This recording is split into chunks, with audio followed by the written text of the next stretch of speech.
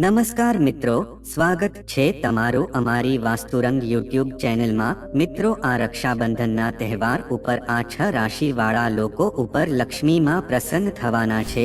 તેમજ આ રક્ષાબંધનમાં જો આ સમય ઉપર બહેન ભાઈને રાખડી બાંધશે તો અનર્થ થઈ જશે। તેમજ રક્ષાબંધનના પૂજા મંત્ર વિશે પણ જાણશું। તો મિત્રો, વિડીયોમાં આગળ જતા પહેલા જો તમે ઈચ્છતા હોવ કે મહાદેવની કૃપા તમારી ઉપર સદા બની રહે તો વિડીયોને લાઈક કરી અને કમેન્ટમાં હર હર મહાદેવ જરૂર લખી દેજો। મિત્રો, રક્ષાબંધનનો પવિત્ર તહેવાર છે હવે સાવ નજીક આવી ગયો છે અને આ તહેવાર છે 19 અને 20 ઓગસ્ટ 1924માં આવી રહ્યો છે અને તેની સાથે જ મિત્રો લક્ષ્મી માતાના આશીર્વાદથી આ વખતે રક્ષાબંધનના દિવસે સર્વાર્થ સિદ્ધ યોગ, શોભનયોગ અને મહાલક્ષ્મી યોગમાં 12 રાશિઓમાંથી ખાસ રાશિઓ છે એ કરોડપતિ બનશે। તો આપણે આ વિડીયોમાં જાણીશું કે આ 6 રાશિઓ કઈ છે કે જે કરોડપતિ બનવા જઈ રહી છે। આથી મિત્રો, આ વિડીયોને આખો જોવા વિનંતી। આ વિડીયો છે એ આ 6 રાશિવાળા લોકો માટે બહુ મહત્વપૂર્ણ છે। મિત્રો, તમને જણાવી દઈએ કે આ રક્ષાબંધનનો પવિત્ર તહેવાર છે એ શ્રાવણ માસની પૂર્ણિમા તિથિના દિવસે મનાવવામાં આવે છે। પણ મિત્રો, આ વખતે ભદ્રાનો પડછાયો પડવાનો છે। આથી બધા લોકોના મનમાં સંકોચ થાય છે કે આ તહેવાર ક્યારે મનાવવો। તો મિત્રો, આવો આપણે જાણીએ કે રક્ષાબંધનની સાચી તારીખ અને રાખડી બાંધવાનો સમય તેમજ પૂજા કરવાના નિયમો વિશે પણ આપણે જાણીએ। મિત્રો, આ 6 ભાગ્યશાળી રાશિઓ છે એને જાણતા પહેલા આપણે રક્ષાબંધન વિશેની કેટલીક મહત્વપૂર્ણ વાતો વિશે જાણી લઈએ, જેમ કે શુભ મુહૂર્ત, પૂજા વિધિ, મંત્ર તેમજ રક્ષાબંધનની પૂજાના નિયમો વિશે જાણી લઈએ। મિત્રો, રક્ષાબંધનને રાખી પૂર્ણિમા પણ કહે છે। આ વખતે બહેન ભાઈને ભાઈની રક્ષા કરવા માટે તેના હાથના કાંડામાં રાખડી બાંધે છે અને ભાઈ પણ સાથે તેની રક્ષા કરવાનું વચન આપે છે।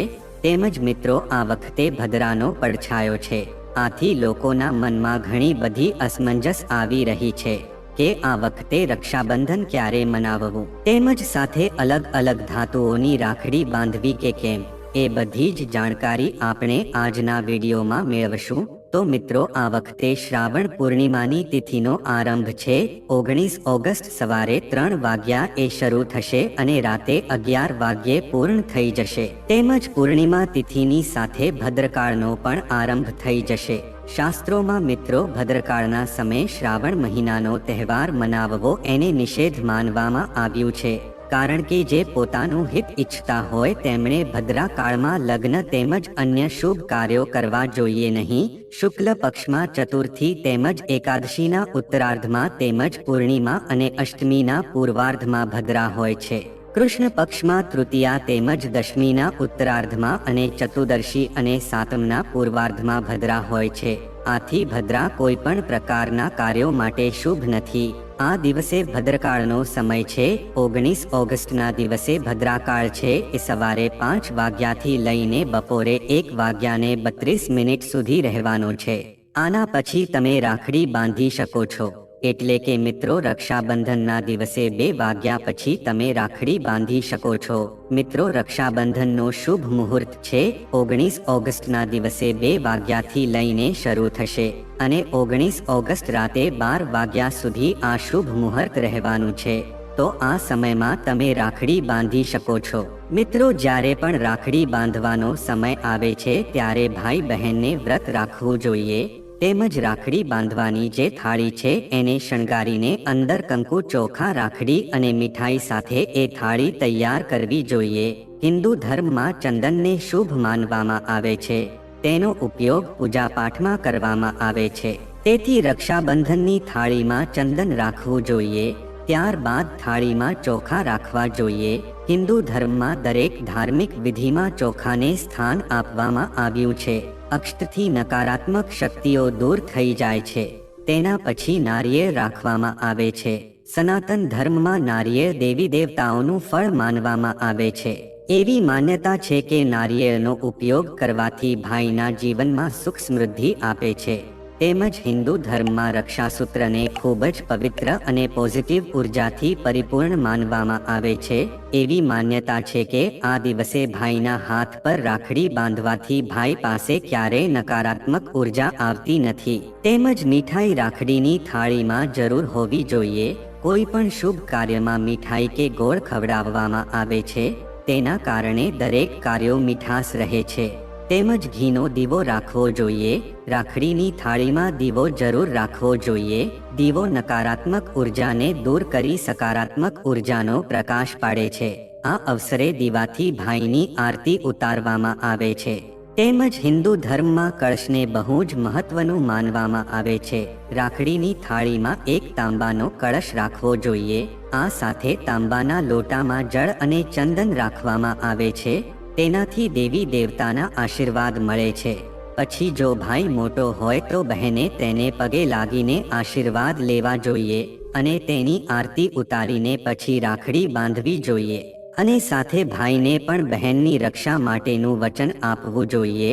મિત્રો, આ રક્ષાબંધનનો તહેવાર છે એ બહુ પવિત્ર માનવામાં આવ્યો છે. આ રક્ષાબંધનનો તહેવાર ભાઈ બહેનના પ્રેમના અતૂટ બંધનનો તહેવાર છે. આ તહેવાર છે એ સદીઓથી મનાવવામાં આવે છે. આના વિશે અનેક પૌરાણિક કથાઓ પ્રચલિત છે કે જેમાં દ્વાપરયુગમાં પણ એક પ્રસંગમાં જોવા મળે છે કે એકવાર શ્રી કૃષ્ણને હાથમાં ઈજા થઈ ત્યારે દ્રૌપદીએ પોતાની સાડીના પાલવનો એક છેડો ફાડી શ્રી કૃષ્ણના હાથે બાંધ્યો હતો અને શ્રી કૃષ્ણે ચિરહરણ વખતે દ્રૌપદીની રક્ષા પણ કરી હતી.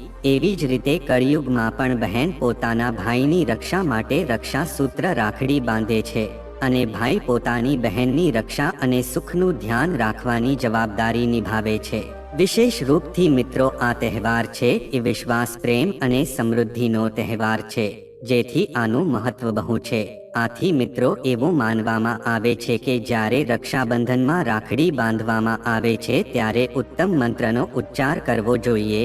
તે મુજબ પ્રેમ સહયોગનું વચન આપવું જોઈએ. આથી મિત્રો, આ મંત્રને યાદ રાખી લેજો.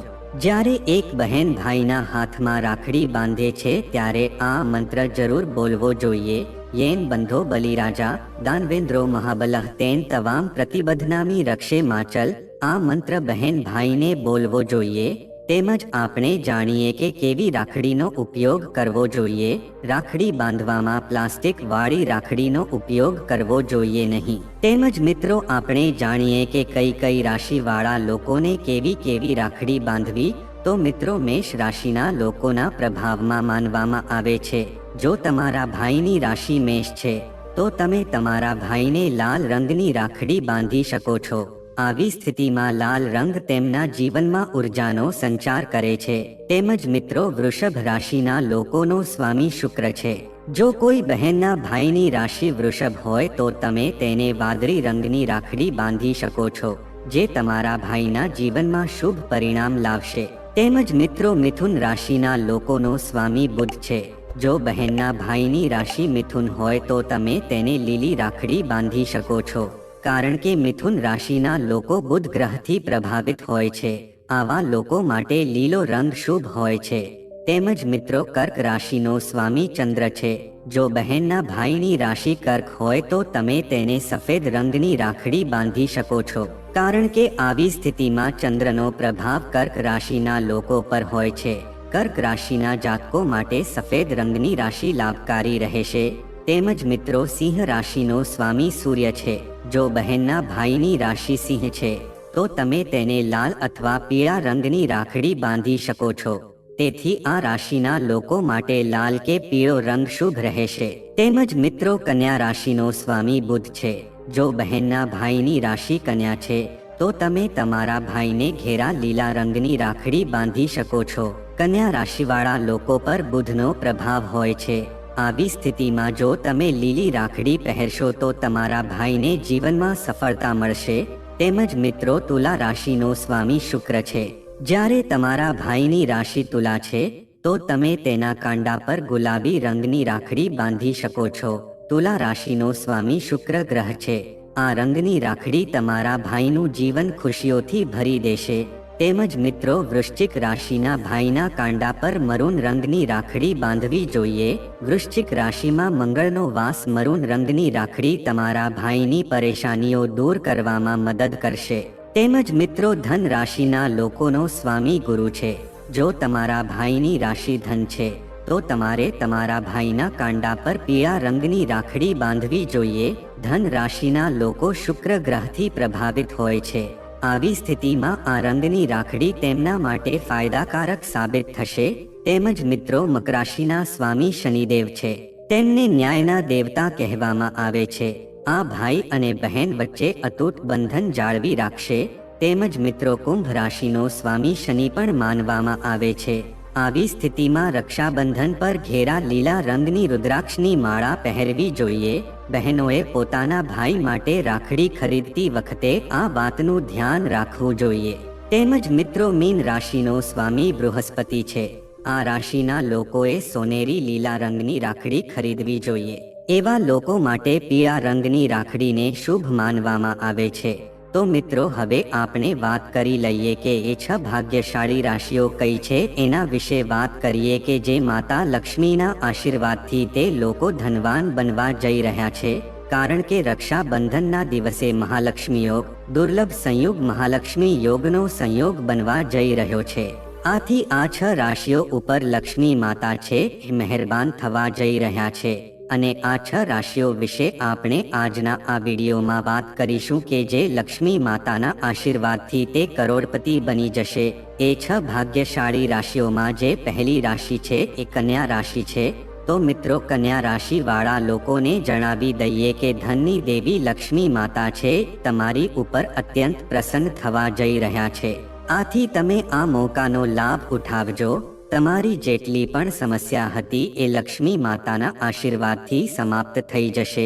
તેમજ તમારા ઘર પરિવારમાં ખુશીઓનો માહોલ બની જશે. તેમજ લક્ષ્મી માતાની કૃપાથી તમારી આર્થિક સ્થિતિ છે એ મજબૂત થવા જઈ રહી છે. તેમજ ધંધો જે લોકો કરતા હશે એને એમાં ધંધામાં પણ પ્રગતિ થતી જોઈ શકશે. ચારે બાજુથી કન્યા રાશિ વાળા લોકોને ધનનો લાભ થશે.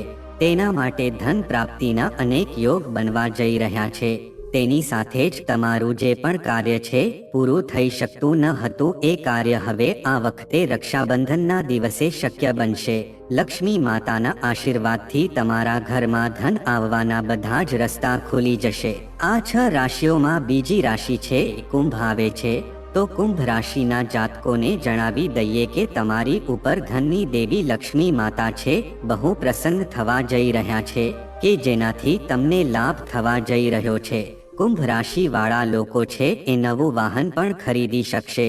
તમારા જીવનમાં ધનને લગતી જે પણ મુશ્કેલીઓ હતી એ બધી જ દૂર થશે. તેમજ જે લોકો લવ મેરેજ કરવા માંગતા હશે તો એ લોકો લવ મેરેજ પણ કરી શકશે. તેમજ એને એના મનપસંદ જીવનસાથીની પસંદગી થઈ શકશે. કારણ કે આ રક્ષાબંધનના દિવસે લક્ષ્મી માતા તમારી ઉપર મહેરબાન થવા જઈ રહ્યા છે. આથી તમારા બધા જ દુઃખ દર્દ દૂર કરી દે છે. જે લોકો નોકરી કરે છે એને પણ તે નોકરીમાં પ્રમોશન મળશે. તેમજ તેનો પગાર પણ વધી શકશે. તેની સાથે પણ જો તમે નોકરીની શોધમાં છો તો તમને તમારી મનપસંદની નોકરી મળશે. આથી લક્ષ્મી માતાની કૃપા છે કુંભ રાશિ વાળા લોકો ઉપર બહુ રહેવાની છે કે જેનાથી તે લોકોનું નસીબ છે એ ચમકવા જઈ રહ્યું છે. આથી આ સમયમાં તમે જે પણ કાર્ય કરશો એ પૂર્ણ થઈ જશે. આથી આ મોકો જવા ના દેતા. તો આ લિસ્ટમાં ત્રીજી રાશિ જે છે એ મેષ રાશિ છે. મેષ રાશિ વાળા લોકોને જણાવી દઈએ તે લક્ષ્મી માતા છે એની કૃપા તમારી ઉપર પણ વિશેષ રૂપથી બની રહી છે કે જેનાથી આ રક્ષાબંધનનો તહેવાર છે તમારા માટે સારો સાબિત થવા જઈ રહ્યો છે. તમને બહુ બધા ફાયદા થવાના છે. તમને તમારા જીવનમાં તમને સફળતા મળી શકશે. વિદ્યાર્થીઓ માટે આ સમય છે એ બહુ સારો કહેવામાં આવ્યો છે. તેની સાથે જ સમય છે તમારી સાથે જ રહેશે. જો તમે ભણતા હશો તો એમાં તમે આગળ વધશો. તેમજ આ દિવસોમાં તમને ખુશખબર મળી શકે છે. તેની સાથે જ જો તમે નોકરીની શોધમાં છો તો તમને મનપસંદ નોકરી પણ મળી શકશે. કારણ કે આ રક્ષાબંધનના દિવસે અદ્ભુત સંયોગ બનવા જઈ રહ્યો છે. તેનો લાભ તમને અવશ્ય મળશે. તેની સાથે જ ધન પ્રાપ્તિના યોગ પણ બનવા જઈ રહ્યા છે. કોઈ પણ કારણોસર તમને ધનની પ્રાપ્તિ થઈ શકે છે. તેની સાથે જ જે લોકો વિદેશ જઈને ભણવાનું સપનું જોઈ રહ્યા છે તો એ સપનું પણ જરૂર પૂરું થશે. આ વખતનું રક્ષાબંધન છે તમારા માટે બહુ ભાગ્યશાળી સાબિત થવા જઈ રહ્યું છે. તમને બહુ મોટી ખુશ ખબર પ્રાપ્તિ થશે કે જે તમે ક્યારે વિચાર્યું પણ નહીં હોય. એ ખુશ ખબર તમને આ રક્ષાબંધનના દિવસે મળશે. તો હવે આ 6 ખુશ નસીબ રાશિઓમાં ચોથી રાશિ છે તુલા રાશિ છે. તુલા રાશિ વાળા લોકોને જણાવી દઈએ કે તમારી ઉપર પણ લક્ષ્મી માતાની વિશેષ કૃપા બની રહી છે. તુલા રાશિ વાળા લોકો છે એને ઉપર લક્ષ્મી માતા બહુ પ્રસન્ન થઈ રહ્યા છે કે જેના લીધે તમને વિદેશી યાત્રા કરવાનો પણ મોકો મળી શકે તેમ છે. તેની સાથે જ જો તમે કોર્ટ કચેરીના ધક્કા ખાવ છો તો તમને આ વખતે એ મુશ્કેલીથી પણ સમાધાન મળી શકશે. આ સમયમાં તમારી રુચિ છે એ ધાર્મિક કાર્યમાં લાગશે તેમજ અચાનક ધન પ્રાપ્તિના યોગ બનવા લાગશે. તમારું માનસિક સ્વાસ્થ્ય છે એ પણ સારું રહેશે. તુલા રાશિ વાળા લોકો છે એ જો કોઈ મકાન ખરીદવા ઈચ્છે છે તો એ સપનું પણ એનું પૂરું થશે કારણ કે આ સમયમાં નસીબ એનો સાથ આપશે. તે નવું વાહન પણ ખરીદી શકે છે.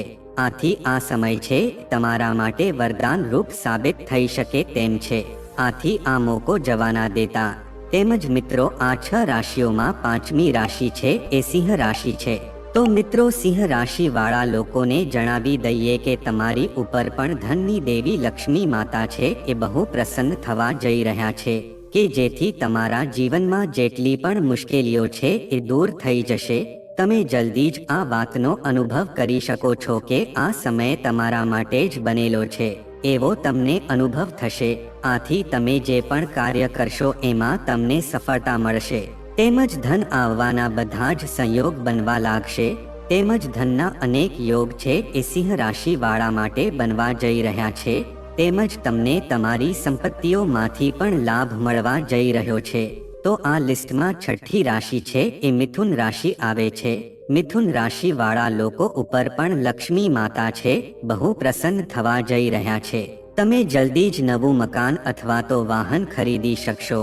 તેમજ તમને આર્થિક સમસ્યાથી તમે પીડાતા હશો તો એમાં પણ તમને લાભ થશે.